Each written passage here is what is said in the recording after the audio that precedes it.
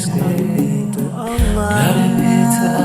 All praise to Allah. There is no God but Allah. Allah is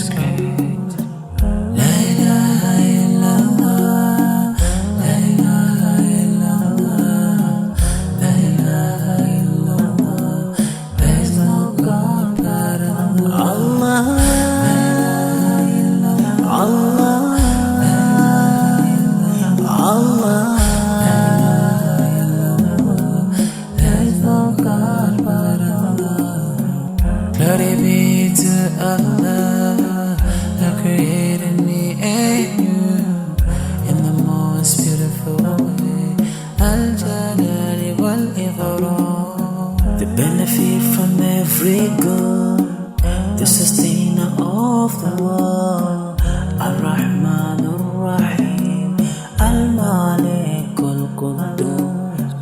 La ilaha illallah, la ilaha illallah, la ilaha illallah. Time is now. Time is now. Assalamu alaikum. Harun, my gosh, that was exhilarating. And I still have hair here, and my hair was on ends, oh my God. Right. So I think the point to be made is that all of us can conquer our fears, and we need to turn to Allah, and of course we need to fear Allah. And the Quran is very clear to save yourself and your family from the fire of hell. So we have the fear of hell. And inshallah, may Allah guide all of us and humanity at large to attain Jannah. Ameen. Ameen. Yusuf, being part of the discussion, getting involved, and there are people sitting at home, some of them biting their nails, some of them saying, you know what, I'm too old to change now. You got a young person who is aspirant, is courageous, but he finds that his parents are mollycoddling him and overprotecting him. I mean, what general advice can you give?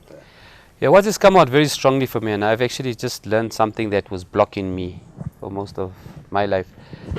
When the word fear comes up, for me it was always a negative connotation. What we were speaking about is the only fear is the fear of our Creator, of Allah. Now, what is the fear of Allah? Is actually faith. And so what has come out now is that when faced with fear, what it should be doing is fueling that faith in you. So fear is actually a gift for us to actually increase our faith and trust in our Creator. That it is when we put, even watching those videos, you see that here is somebody that he's put everything into the trust in his Creator.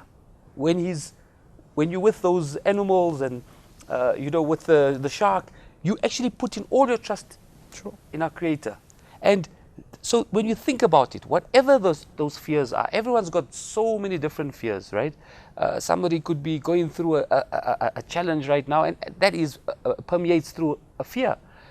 When you have that, and you think about it, the first pillar of Islam is Iman. Is that faith? Why Iman first? Is because it's all about faith. And when you have that, then you know nobody, and whatever situation you're in, nothing can bring you down except the fact that you know you have your Creator that's looking after you, who's got your back. Yusuf, listening to you, I'm reminded of a few ordinary, mundane experiences. For example, you're working for someone, and the manager sends you an email. He tells you on to meet you first thing in the morning. Our immediate reaction is, my gosh, what have I done, right? Sure. And why? But why? But why? Really, I've learned in life that I'm going to confront my fears. 100%. I'm going to talk to them. And more often than not, the interaction is a very pleasant interaction. Sometimes some people may not know how to communicate this with you. And it's important to confront the real you. Absolutely. Because you learn. Because if you're doing things for Allah, you'll invite feedback. Sure. If you're doing it for your ego, it's only for yourself, right? And I'm just reminded, there was an incident. I went to one of the islands, and we did parasailing, So I said, Ruxana, my darling, my shushabamna, forgive me. I said, let her go first. Sure. Right? So they went on the boat, and now she is there, and the parachute there, and there's a thick cable right there. So I said, she can do it. Well, I'm going to do it. Right? So I went up, right? I came back. Then I asked the guy, I said to the guy, tell me, did you ever have some bad experiences? He said, no, one day the rope snapped, Oh my God. snapped and the Allah. parachute landed Oh. on a tree. I said, lucky you didn't tell me. Anyway, right. So, I mean, the point, Harun, I mean, for the person, right, because sometimes what can happen even to you, now that you fought your fears, there could be a sense of bravado, and you could be looking at other people and diminishing their fear, saying when you're a crybaby. I'm not saying you're doing that. How can you really uplift him and give the people courage? Because we're supposed to be courageous people. Yes. We're not supposed to be people shutting ourselves off, afraid of expressing our opinions. An opinion, expressing it, talking about, standing in public and giving the message of Islam, being that person.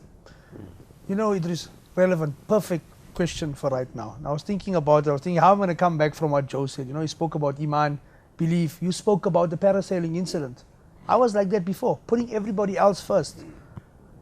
What has come to me now is I do it myself. I lead by example. But I'm always questioning my intention. Why am I doing this? Can I please my Allah in any way? People say, how you please your Allah jumping in the water with 200 sharks like you just saw now on TV? The fact that I can do that just shows that we are equal to Allah's creation. Allah wants people to know that the shark has a purpose on this earth. Like I have a purpose on this earth. They're there to doctor the ocean, to clean the old and the sick. And they leave everything else so that we can still have a beautiful ocean life.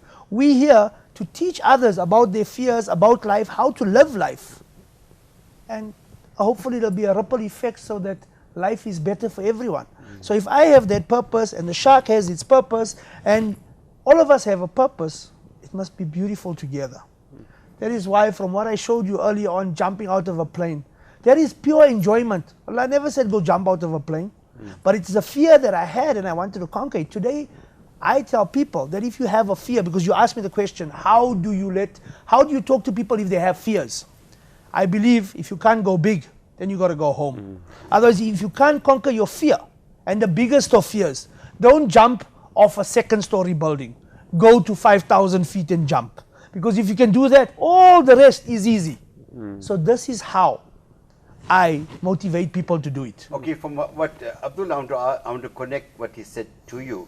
So what you are saying, that the idea is when you conquer that fear, you are really conquering other fears also. Absolutely. Because what you are doing, and I've seen it in my own example, which I shared the other evening, about the benefits that accrue from public speaking, that really help me in ways that I cannot even quantify. So Abdul, in terms of, you spend a lot of time with Harun, I know. I just want to add on what Yusuf says, and I think important is firstly Iman, then the right intention, and then conquering your fear. So how do we conquer your fear? How do you conquer this fear? And I believe action closes the door to fear. We must step into our fear. We must take that action. We must stand up and enter the room. We mustn't hold back. A lot of us stand on the fence. We hold back. And there's people out there who are holding back. It's time where we step into our greatness. It's time that we awaken our greatness within us. We all have us. And where is this power? This power is right within us. And it's connected to Allah with the right intention. We will then step into fear. So action is the critical aspect, because prayer without action is no prayer.